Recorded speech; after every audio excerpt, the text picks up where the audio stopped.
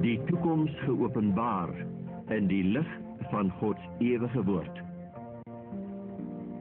In hierdie Bybelstudiereeks met die titel Die toekoms geopenbaar is ons lese die hervormingswoorde. Daar staan geskrywe. Die gordyne van die toekoms word oopgetrek deur die hand van Jesus.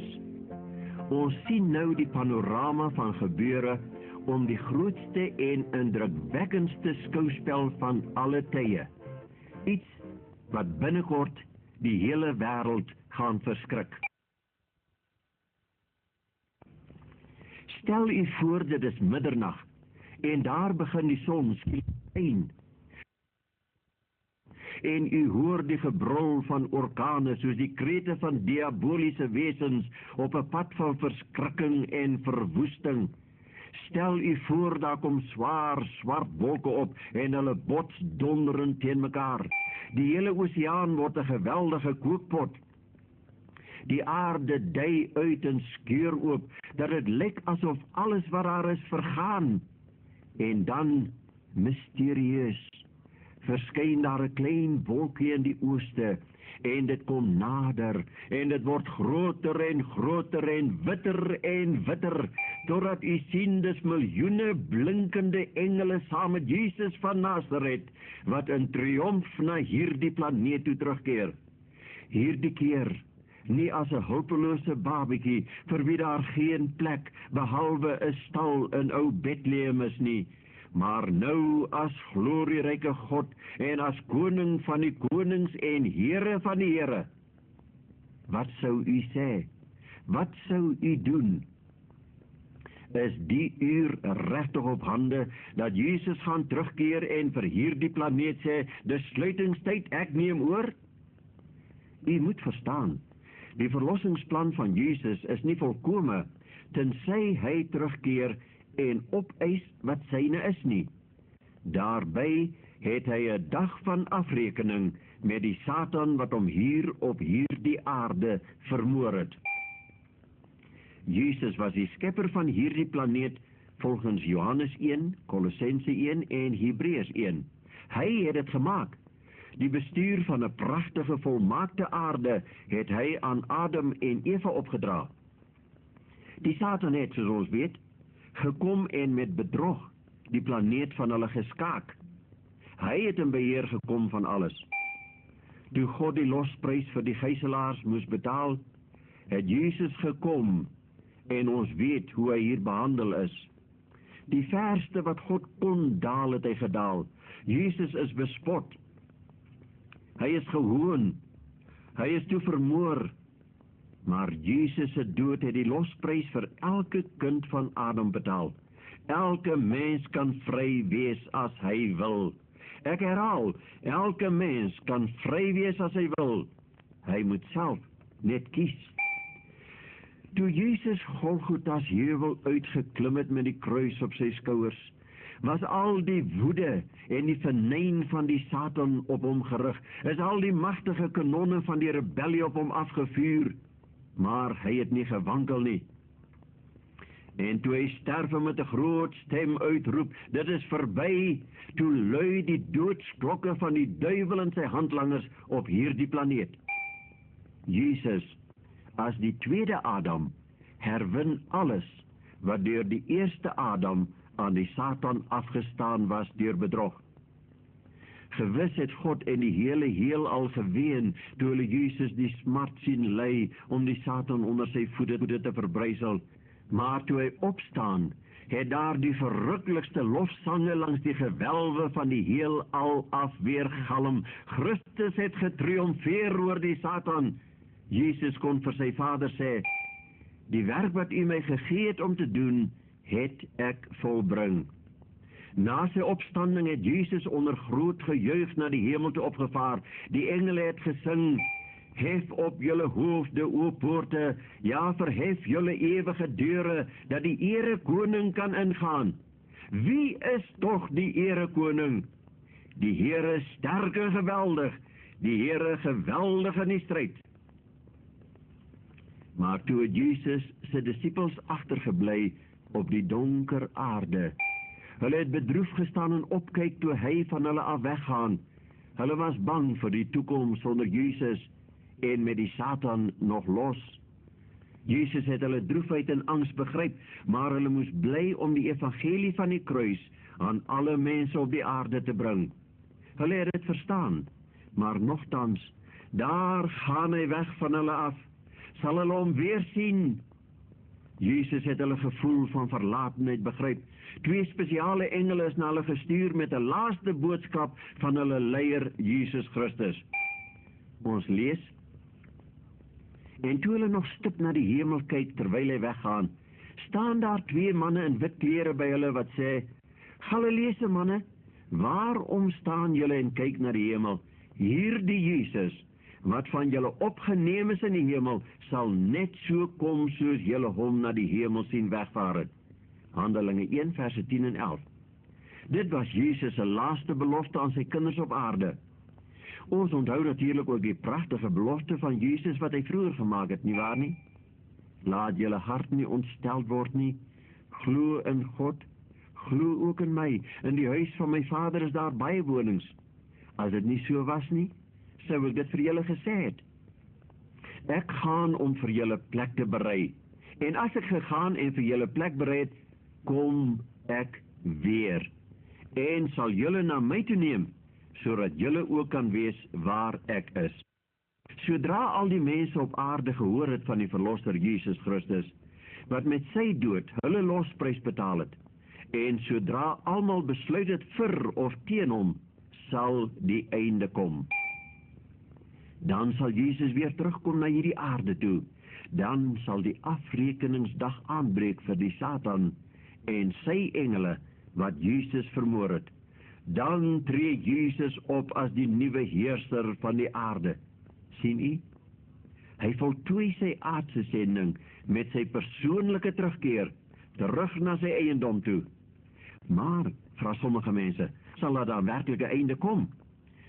Alles bly maar soos dit altyd was. Hoe lang verwag hulle nie nou al die einde van die wêreld nie en tog niks gebeur nie? Mag ek hier in alle liefde aan u 'n vraag vra? As Jesus vannag sou kom, sou u gereed wees? En u vriende, u familie? U weet, Petrus het die hart van God verstaan en daarom kon hy vooruitkyk en sê: Die Here vertraag nie die belofte, soos sommige dit vertraging ag nie, maar hy is lankmoedig oor ons en wil nie hê dat sommige moet vergaan nie, maar dat almal tot bekering moet kom. 2 Petrus 3 vers 9. As Jesus besluit gehad het om gister te kom, waar sou ons of van ons dierbares gewees het? Is ons nie bly oor die lankmoedigheid van God nie? Tog skryf Petrus verder en ons lees: Maar die dag van die Here sal kom soos 'n dief in die nag, waarin die hemele met gedruis sal verbygaan en die elemente sal brand en vergaan, en die aarde en die werke wat daarop is, sal verbrand. Dat daar 'n oordeelsdag gaan kom is net so seker as wat ons mense is. Die Bybel sê so, en die Bybel sal nie vir ons 'n onwaarheid vertel nie, sal dit? Maar hoe gaan die oordeelsdag wees, vra ons? Sal ons Jesus sien en hoor kom? Of sal die kinders van die Here net stilletjies van die aarde verdwyn?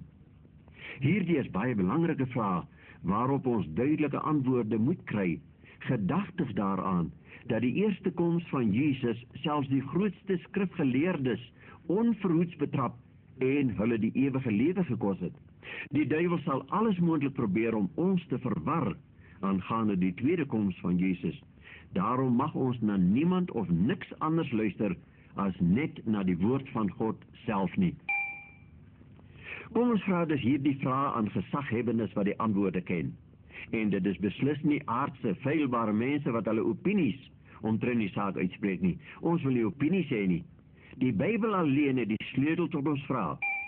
Die eerste aan wie ons dan 'n vraag stel is die 2 engele wat gestuur was om die disippels te vertroos by Jesus se vertrek na die hemele toe. Engele, vra ons, julle woon in die hemel by God, julle sal weet. Vertel ons, hoe gaan Jesus kom? Hulle antwoord lui: Jesus sal net so kom, soos sy kinders na die hemel gekyk en hom met hulle oë sien weggaan het na sy Vader se troon.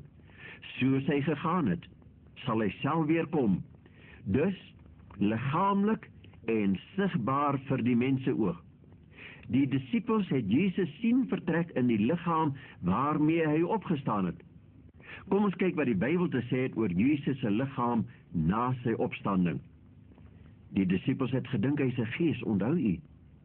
Maar hy het hulle hieroor bestraf. Ons lees: Toe het hulle verskrik en baie bang geword en gemeen dat hulle 'n gees sien, en hy sê vir hulle: Waarom is julle ontsteld en waarom kom daar twyfel in julle hart op?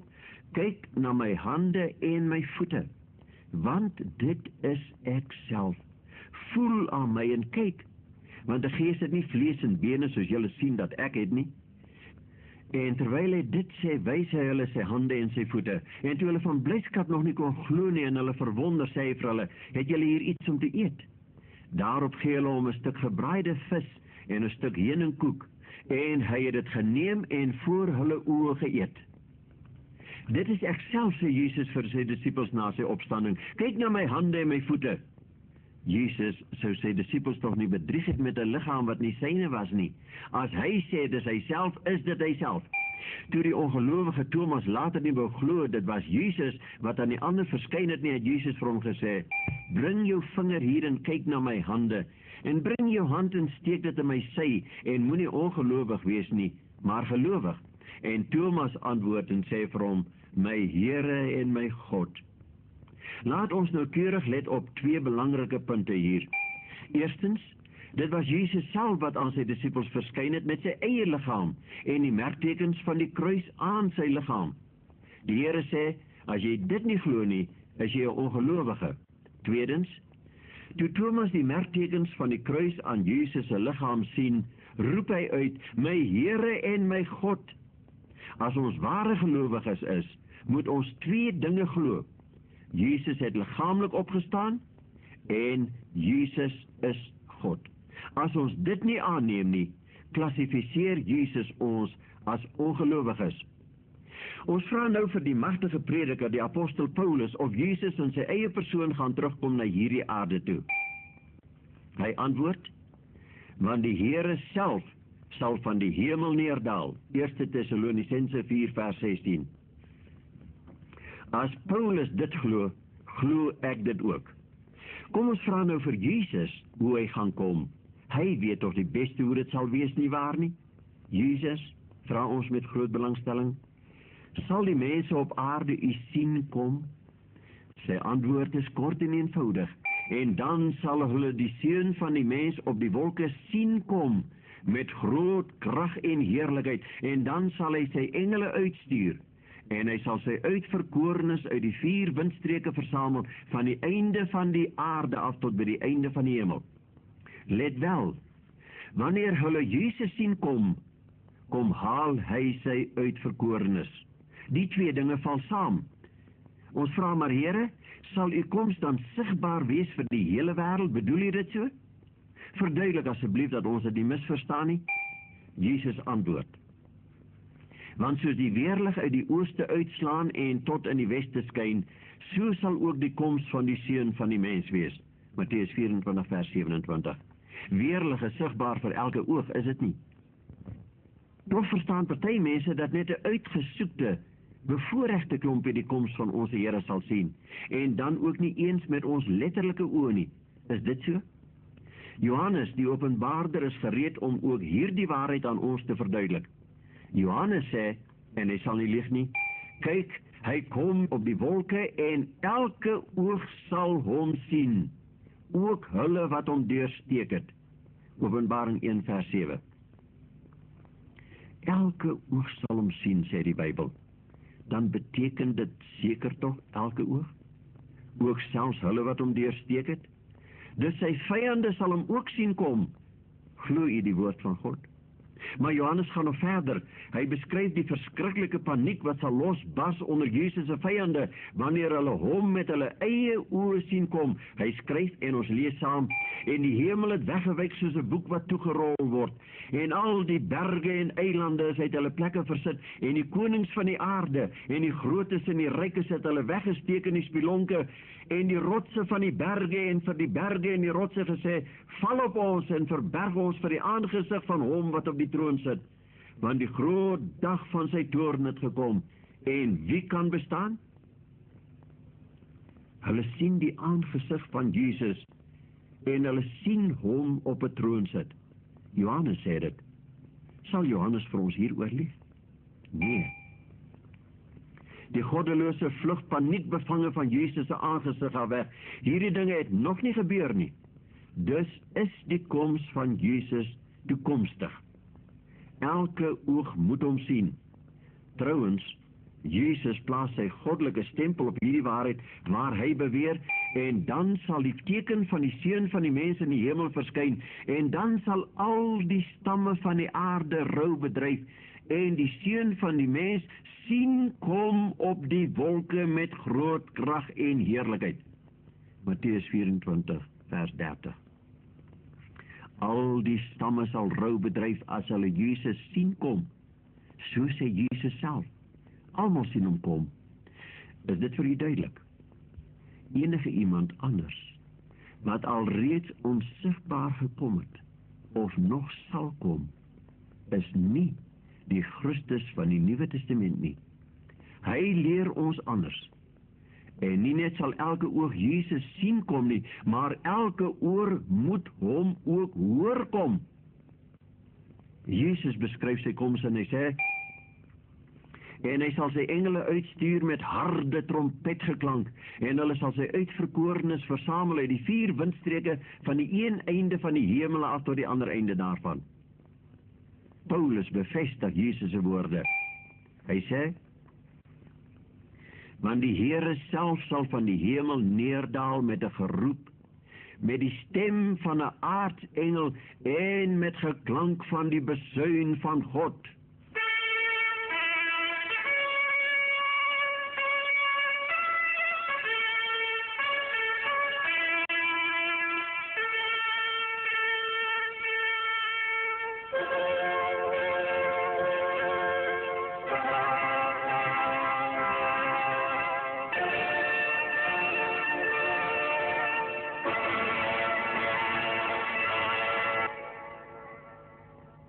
Ja, miljoene trompette sal weer klink, sê Jesus. Dit sal deur die engele self geblaas word. Die hele hemelruim sal gevul word met trompetgeklank wanneer Jesus kom. Paulus sê verder: ons sal almal verander word in 'n oomblik, in 'n oogwink, by die laaste besuin. Wanneer? By die laaste besuin, want die besuin sal weer klink en die dode sal onverganklik opgewek word. Wanneer Jesus kom, roep hy sy ontslape kinders met 'n stem wat om die aarde weer klink. Miljoene engele blaas op hulle trompette. Dus, wanneer Jesus kom, sal elke oog hom sien en elke oor sal hom hoor kom, en dan maak hy al sy uitverkorenes bymekaar. Is dit vir u duidelik? As ons dit nie glo nie, glo ons nie wat Paulus of Jesus ons wil leer nie. Maar, vra iemand anders, gaan die koms van Jesus dan nie stil en geheimsinniglik wees nie? Vind daar nie 'n geheime wegraping plaas nie? Een van die tekste wat in hierdie verband aangehaal word is 1 Tessalonisense 4 vers 17. Dit luister soos volg: daarna sal ons wat in die lewe oorbly, saam met hulle in wolke weggevoer word, die Here tegemoet in die lug, en so sal ons altyd by die Here wees. Die lewende regverdige sal by die koms van Jesus weggevoer, of dan weggeraap word hemel toe. Dit is die waarheid. Niemand kan dit betwis nie. Baie Christene glo egter dat dit in die geheim sal geskied. Ons sal dit eers merk wanneer die goeie Christene almal van die aarde verdwyn het. Hierdie teks, soos u sal sien, begin egter met die woordjie daarna. Sien u dit daar? Ons weet almal wat die woord daarna beteken. Ons moet dus verstaan dat die wegvoering of die wegraping die Here tegemoet in die lug sal geskied eers na iets anders gebeur het.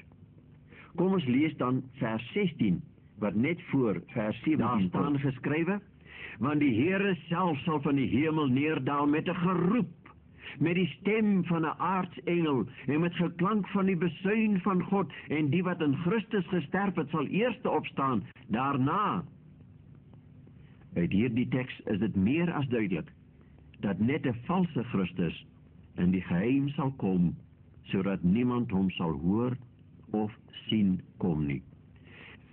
Die Bybel sê Jesus gaan self van die hemel neerdaal met 'n geweldige trompetgeklank en 'n groot krag en heerlikheid. Al die grafte van sy kinders gaan oop. Want vers 17 sê die lewende regverdiges sal saam met die verreëse heiliges in wolke weggevoer word die Here tegemoet in die lug. Alles sal sigbaar en hoorbaar vir die hele wêreld wees. Jesus se persoonlike, sigbare, hoorbare koms moet eers plaasvind. Die grafte moet eers oopgaan voordat die lewendes kan hemel toe vertrek. Sal dit in die geheim geskied? Gewis nie. Maar, vra iemand, lees ons nie Jesus kom soos 'n dief in die nag nie? Ja, kom ons lees dit saam. Maar die dag van die Here sal kom soos 'n dief in die nag. 2 Petrus 3 vers 10, daar staan dit baie duidelik. Maar kom ons lees nou die volledige teks. Maar die dag van die Here sal kom soos 'n dief in die nag, waarin die hemel met gedruis sal verbygaan en die elemente sal brand en vergaan en die aarde en die werke wat daarop is sal verbrand. 2 Petrus 3 vers 10. Vriende, sê my, sal die verbranding van die ganse aarde en die werke wat daarop is geheimsinniglik kan geskied? Nee, die goddelose word almal verteer deur die vuurgloed van Jesus se koms, want ons lees in die Bybel, die slegte diensknegte word gestraf wanneer die huisheer kom. Die onkruid, dit is die goddelose, word bymekaar gemaak en verbrand in die volleinding van die wêreld. Die goddelose vlug na die berge toe, al die stamme van die aarde sal verslae wees. Hy kom, soos Paulus sê, in vuur en vlam, wanneer hy wraak uitoefen op die wat God nie ken nie, en op die wat aan die evangelie van ons Here Jesus nie gehoorsaam is nie. Nou vra ons, hoe gaan die aarde lyk na Jesus se koms? Jeremia gee vir ons die antwoord hierop. En ek het na die aarde gekyk, en dit was woes en leeg. Ek het na die berge gekyk, en hulle het gebewe, en al die heuvels het geskud. Ek het gekyk, en daar was geen mens nie. Jeremia 4, verse 23 tot 25. Na Jesus se koms is die aarde leeg en mensloos. Gods kinders is na die hemel toe geneem. Die goddelose het almal gesterf. Hulle lê soos mis op die aarde, sê Jeremia. En die Satan en sy engele, hulle word uiteindelik gevange geneem en geboei. Dit is 'n baie interessante studie hierdie, en ons kom later daarby. Ons moet nou tog daarop let, dat die verlossingswerk van Jesus nooit afgehandel kan wees sonder sy persoonlike, sy sigbare, sy hoorbare, sy majestueuse koms op die wolke van die hemel nie. Hy het die aarde geskape. Hy het dit met sy bloed teruggekoop. Hy self kom dit weer opeis. Indien ons Jesus aanneem as ons persoonlike saligmaker, nou, terwyl daar nog tyd is, sal ons nie skrik vir die oordeelsdag nie. Goddank, daar gaan baie wees wat in daardie dag sal uitroep, kyk, dit is onse God op wie ons gewag het, dat hy ons kan verlos. Jesaja 25 vers 9. Gaan ons dit uitroep, vriende? Of gaan ons en ons kinders vir die berge bid, om op ons te val? Mag die Here gee dat dit nie ons lot sal wees nie. Die Here het gesterwe, dat hy ons in daardie dag gaan kom haal. Kom ons bid saam. Liewe God in die hemel, ons dank U dat U woord ons waarsku van Jesus se spoedige, persoonlike terugkeer na hierdie aarde toe in die oordeelsdag. Ons glo wat die woord ons leer, want U Bybel alleen is waarheid. Asseblief, Here, ons wil gereed wees vir daardie dag wat skielik op ons gaan afkom soos 'n dief in die nag. Bring ons weer saam om te studeer hoe naby hierdie dinge werklik is en help ons om gereed te maak daarvoor. Ons bid dit in die lieflike naam van Jesus. Amen.